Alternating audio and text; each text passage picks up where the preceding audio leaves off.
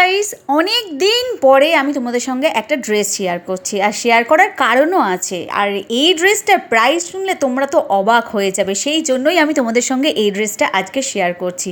এখানে রয়েছে তিনটে সেম ড্রেস, একটা আমার জন্য, একটা আমার দিদির জন্য, একটা আমার ননদ দিভাইয়ের জন্য। তো তিনজনের জন্য তিনটে কিনেছি, তিনটে সাইজ আলাদা, একটা মিডিয়াম আছে, একটা এক্সেল আছে, আর একটা ডবল এক্সেল আছে, সেটা হচ্ছে আমার দিদির।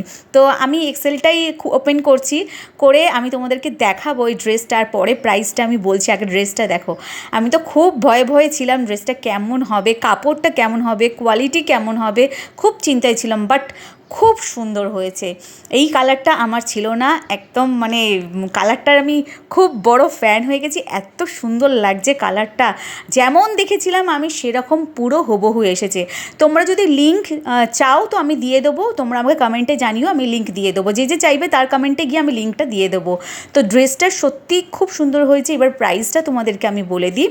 এর প্রাইস হলো অনলি ফর 399, বাট মানে সবগুলোর ক্ষেত্রে নয়, তিনটে ড্রেস মিলে আমার 1100 টাকা নিয়েছে।